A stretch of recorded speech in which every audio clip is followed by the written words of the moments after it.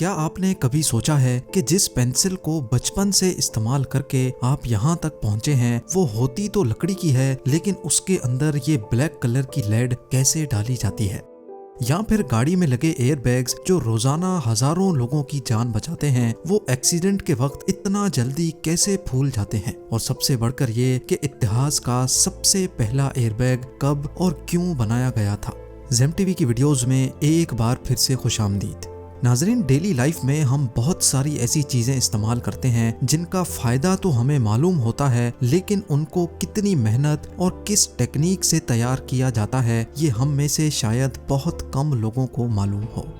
तो आइए देखते हैं 5 ऐसी प्रोडक्ट्स का मैन्युफैक्चरिंग प्रोसेस जो हम तकरीबन रोजाना ही इस्तेमाल करते हैं। एयरबैग का सबसे पहला ख्याल 1950 में एक इंडस्ट्रियल इंजीनियर को आया था, जब वो अपनी फैमिली के साथ ट्रैवल कर रहा था और एक एक्सीडेंट का शिकार हो गया। उस हादसे में सबकी जान तो बच गई, लेकिन इस वाक़े ने उस इंजीनियर को एयरबैग बनाने का आइडिया दिया। 2 सालों के बाद उसने एक ऐसा एयरबैग बनाया जिसमें कंप्रेस्ड एयर के सिलेंडर की मदद से हवा भरती थी, लेकिन मसला ये था कि इस प्रोसेस में काफ़ी टाइम लगता था और हादसे के वक्त टाइम ही तो बहुत कम होता है। अगले कई सालों तक इस मसले का कोई खास सॉल्यूशन ना निकल सका, लेकिन फिर 1967 में एक अमेरिकन इंजीनियर को आइडिया आया। उसने एयरबैग को एक केमिकल एक्सप्लोसिव से पैदा होने वाली गैस से भरने का फैसला किया। एयरबैग के अंदर मौजूद केमिकल सोडियम एजाइड होता है, जिसको गाड़ी में लगा क्रैश सेंसर एक्सीडेंट के वक्त एक इलेक्ट्रिकल सिग्नल देता है। इलेक्ट्रिकल सिग्नल से इस केमिकल में एक धमाका होता है जिससे नाइट्रोजन गैस रिलीज होती है और वो एयरबैग को फौरन फूला देती है।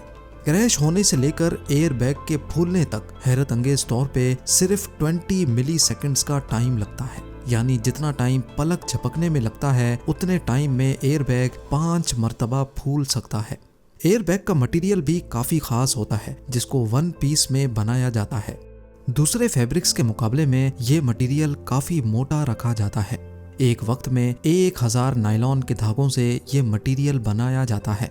अगर इस प्रोसेस में एक भी धागा टूट गया तो सेंसर फौरन मशीन को बंद कर देता है। बेशक ये मशीन बहुत फास्ट चलती है, लेकिन फिर भी ये 1 घंटे में सिर्फ 8 मीटर फैब्रिक बनाती है।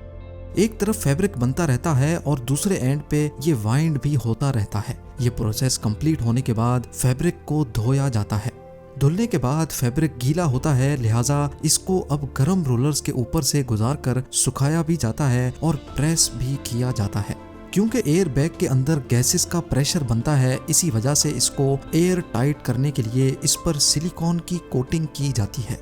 कंप्यूटराइज्ड रोलर्स फैब्रिक पे अच्छी तरह सिलिकॉन को फैला देते हैं, जिसके बाद फैब्रिक को बड़े बड़े ओवन्स में से गुजारा जाता है ताकि सिलिकॉन अच्छी तरह ड्राई हो जाए।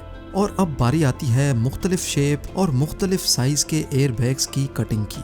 कंप्यूटर ऑपरेटेड मशीन हर एयरबैग को एक ही साइज के हिसाब से काटती है। फाइनल इंस्पेक्शन के बाद एयरबैग की सिलाई की जाती है और फिर आखिर में इसकी टेस्टिंग। अब बात करते हैं एल्युमिनियम फॉयल की। एल्युमिनियम फॉयल इतना पतला होता है कि थोड़ा सा भी प्रेशर इसको फाड़ सकता है, लेकिन क्या आपने कभी सोचा है कि एल्युमिनियम के भारी भरकम ब्लॉक्स को इतनी पतली शीट में कैसे कन्वर्ट किया जाता है। सबसे पहले प्योर एल्युमिनियम के छोटे छोटे पीसेस, जिनको इंगेट्स भी कहा जाता है, इनको फर्नेस में मेल्ट किया जाता है। 27,000 केजी एल्युमिनियम को मेल्ट होने में 8 घंटे लगते हैं, जिसके बाद लिक्विड एल्युमिनियम को फिल्टर करके साफ किया जाता है। इस मेल्टेड एल्युमिनियम को डाई में डालकर ठंडा किया जाता है और इस तरह की शक्ल दी जाती है। एल्युमिनियम का एक एक ब्लॉक 7.5 टन वजनी होता है, जिसको क्रेन की मदद से उठाकर मिलिंग मशीन पर रखा जाता है। इस मशीन में गर्म रोलर्स होते हैं जो इस एल्युमिनियम ब्लॉक को आहिस्ता आहिस्ता पतला करते जाते हैं। हर एक चक्कर के बाद ये रोलर्स एक दूसरे के करीब आ जाते हैं। 45 सेंटीमीटर मोटे एल्युमिनियम ब्लॉक को हैरत अंगेज तौर पे सिर्फ 15 बार मशीन से गुजारने के बाद इसको 5 सेंटीमीटर तक प्रेस कर दिया जाता है। इसके बाद इस 5 सेंटीमीटर शीट को फॉयल शीट जितना पतला करने के लिए अलग मिलिंग मशीन से गुजारा जाता है। अब एल्युमिनियम फॉयल इतना पतला हो जाता है कि इसकी साइड्स डैमेज हो जाती हैं, लेकिन एक कटर ब्लेड की मदद से इसको अलग अलग साइज में काटा भी जाता है और इसकी डैमेज हुई हुई साइड्स को काट कर अलग कर दिया जाता है। मशीन के दूसरे एंड पे फिनिश्ड प्रोडक्ट यानी एल्युमिनियम फॉयल के रोल वाइंड होते जाते हैं, जो अब इस्तेमाल के लिए बिल्कुल तैयार हैं। आइए अब जानते हैं बुलेट प्रूफ ग्लास के मैन्युफैक्चरिंग प्रोसेस के बारे में। एक 9mm बुलेट इतनी पावरफुल होती है कि वो स्टील की मोटी प्लेट में ही आर पार सुराख कर देती है, तो आखिर वो बुलेट प्रूफ ग्लास में सुराख क्यों नहीं कर पाती? बुलेट प्रूफ ग्लास में ऐसी क्या खास बात होती है जिससे बुलेट इसको क्रॉस नहीं कर सकती? सबसे पहले एक नॉर्मल ग्लास को ओवन में डालकर बेंड किया जाता है, क्योंकि बेंट ग्लास एक सीधे या स्ट्रेट ग्लास के मुकाबले में ज्यादा स्ट्रॉन्ग होता है। उसके बाद 4 बेंट ग्लास को एक दूसरे के ऊपर रखा जाता है, लेकिन उनके बीच में PVB की एक शीट डाली जाती है। ये खास शीट ना सिर्फ इन ग्लास को आपस में जोड़ कर रखती है, बल्कि ये इन ग्लास को ठोस भी बना देती है।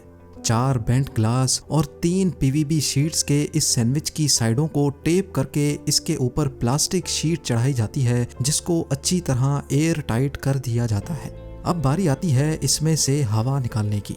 एक वैक्यूम पंप की मदद से इस प्लास्टिक रैप के अंदर से सारी हवा निकाल दी जाती है और फिर इसको एक बड़े कंटेनर में डाल दिया जाता है। इस कंटेनर में हवा का दबाव हमारे एटमॉस्फेयर से 10 गुना ज्यादा होता है और इसका टेम्परेचर 278 डिग्री सेल्सियस रखा जाता है। ये गर्माइश और प्रेशर PVB और ग्लास को एक दूसरे के साथ फ्यूज कर देता है। जो पहले 4 ग्लास और 3 PVB शीट्स थी, वो अब सब फ्यूज होकर एक यूनिट बन जाती हैं और अब ये single sheet bullet proof glass कहलाती है। बुलेट प्रूफ ग्लास पे अगर 9mm बुलेट से टेस्ट किया जाए तो शुरू की लेयर्स गोली की एनर्जी को पूरे ग्लास पे फैला देती हैं और बीच वाली PVB शीट गोली को रोक लेती है, जबकि सबसे आखिर वाली ग्लास शीट तक बुलेट पहुंच ही नहीं पाती। अब बात करते हैं पेंसिल्स के बारे में, जिसको अक्सर लेड पेंसिल भी कहा जाता है। असल में इसके अंदर लेड नहीं होता, बल्कि ये ग्रेफाइट होता है जो कागज पे अपना ब्लैक इमेज छोड़ देता है। इतिहास में पहली पेंसिल ईयर 1630 में बनाई गई थी। क्योंकि ग्रेफाइट और लेड देखने में लगभग एक जैसे ही लगते हैं, इसी वजह से पहले लोग समझते थे कि पेंसिल में लेड डाला जाता है। ये कंफ्यूजन ईयर 1789 में क्लियर हो गई, लेकिन अभी तक अक्सर लोग पेंसिल को लेड पेंसिल ही कहते हैं। जिस तरह पेंसिल की हिस्ट्री बहुत इंटरेस्टिंग है, इसी तरह इसका मैन्युफैक्चरिंग प्रोसेस भी। सबसे पहले ग्रेफाइट और क्ले का मिक्सचर बनाया जाता है। ये क्ले जब सॉफ्ट ही होती है तो इसको प्रेशर की मदद से लेड की साइज के सुराखों से गुजारा जाता है। इस मशीन की मदद से बिल्कुल एक ही साइज की लेड्स निकलती जाती हैं। इन लेड्स को इकट्ठा करके ओवन में रख दिया जाता है ताकि ये ठोस हो जाए। कलर पेंसिल की लेड्स बनाने के लिए भी सेम प्रोसेस ही होता है, लेकिन सिर्फ उसमें ग्रेफाइट की जगह क्ले और कलर का इस्तेमाल किया जाता है। इसी वजह से नॉर्मली कलर पेंसिल की लेड्स मोटी भी रखी जाती हैं, क्योंकि वो आसानी से टूट जाती हैं। लेड्स बनाने के बाद अब बारी आती है पेंसिल बनाने की। 10 mm की वुडन शीट्स पर मशीन की मदद से लेड की साइज जितनी नालियां बनाई जाती हैं। उसके बाद इन नालियों में इन लाइंस में ग्लू लगाई जाती है और फिर इसमें लेड्स को बिठाकर उसके ऊपर लकड़ी की शीट को रखा जाता है। अब इनको एक बड़े व्हील में डालकर अच्छी तरह सुखाया जाता है ताकि सैंडविच और लेड्स अच्छी तरह मजबूत हो जाएं। ये प्रोसेस कंप्लीट होने के बाद रुख किया जाता है मिलिंग मशीन का, जहां इस सैंडविच को मिलिंग मशीन इस तरह काट कर अलग अलग शेप की पेंसिल बनाती है। इसके बाद इन पेंसिल्स को कलर किया जाता है और फिर कलर हो जाते ही एक मशीन इस पे स्टैंप लगाती जाती है। इस सारे प्रोसेस में क्वालिटी का खास ख्याल रखा जाता है, जिसमें लेड्स का स्ट्रेस टेस्ट भी किया जाता है और एंड में पेंसिल्स को शार्प करके पैक कर दिया जाता है। अब बात करते हैं हमारी डेली लाइफ की सबसे इम्पोर्टेंट चीज़ यानी चीनी की। गन्ने के जूस में से ये प्योर वाइट शुगर क्रिस्टल्स कैसे बनते हैं, इनके पीछे भी बड़ी साइंस है। सबसे पहले गन्ना ट्रक्स में लोड होकर शुगर मिल तक आता है, जहां इसको काट कर कई बार धोया जाता है। इसके बाद एक क्रशर की मदद से गन्ने को क्रश किया जाता है और इसमें से जूस निकाला जाता है। शुगर केन के इस जूस में अभी काफी सारी इम्प्योरिटीज बाकी होती हैं, जैसा कि मिट्टी, पत्थर या फिर रेत के रेजे। अब बारी होती है इसको फिल्टर करने की।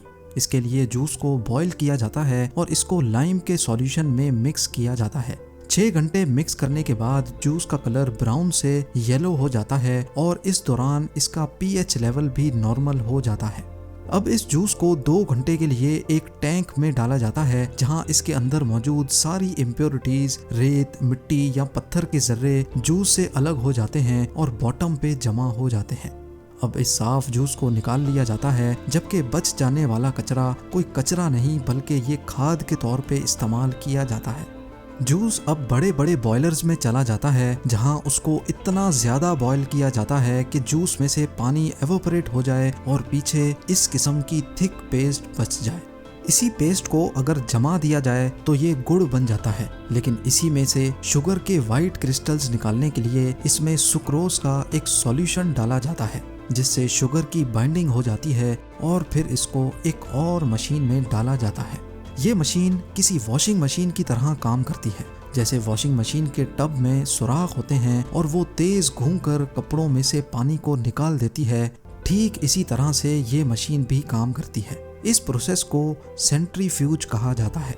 शुगर पेस्ट को जब हाई आरपीएम पे घुमाया जाता है तो बचा हुआ पानी टब के सुराखों से बाहर निकल जाता है, जबकि शुगर के वाइट क्रिस्टल्स टब के अंदर ही जमा हो जाते हैं। लेकिन शुगर के इन क्रिस्टल्स में अभी ह्यूमिडिटी काफ़ी ज़्यादा होती है। इसी वजह से इसको सूखने के लिए गर्म हवा से गुजारा जाता है, जिससे शुगर का ह्यूमिडिटी लेवल ड्रॉप हो जाता है। अब शुगर पैकिंग के लिए बिल्कुल तैयार है। पैकिंग मशीन की मदद से एक एक दिन में 2 लाख से ज़्यादा पैकेट्स बनाए जा सकते हैं। नाजरीन, आज का टॉपिक आपको कैसा लगा, इसके बारे में मुझे कमेंट सेक्शन में ज़रूर बताइएगा। उम्मीद है जेम टीवी की ये वीडियो भी आप लोग भरपूर लाइक और शेयर करेंगे। आप लोगों के प्यार भरे कमेंट्स का बेहद शुक्रिया। मिलते हैं अगली शानदार वीडियो में।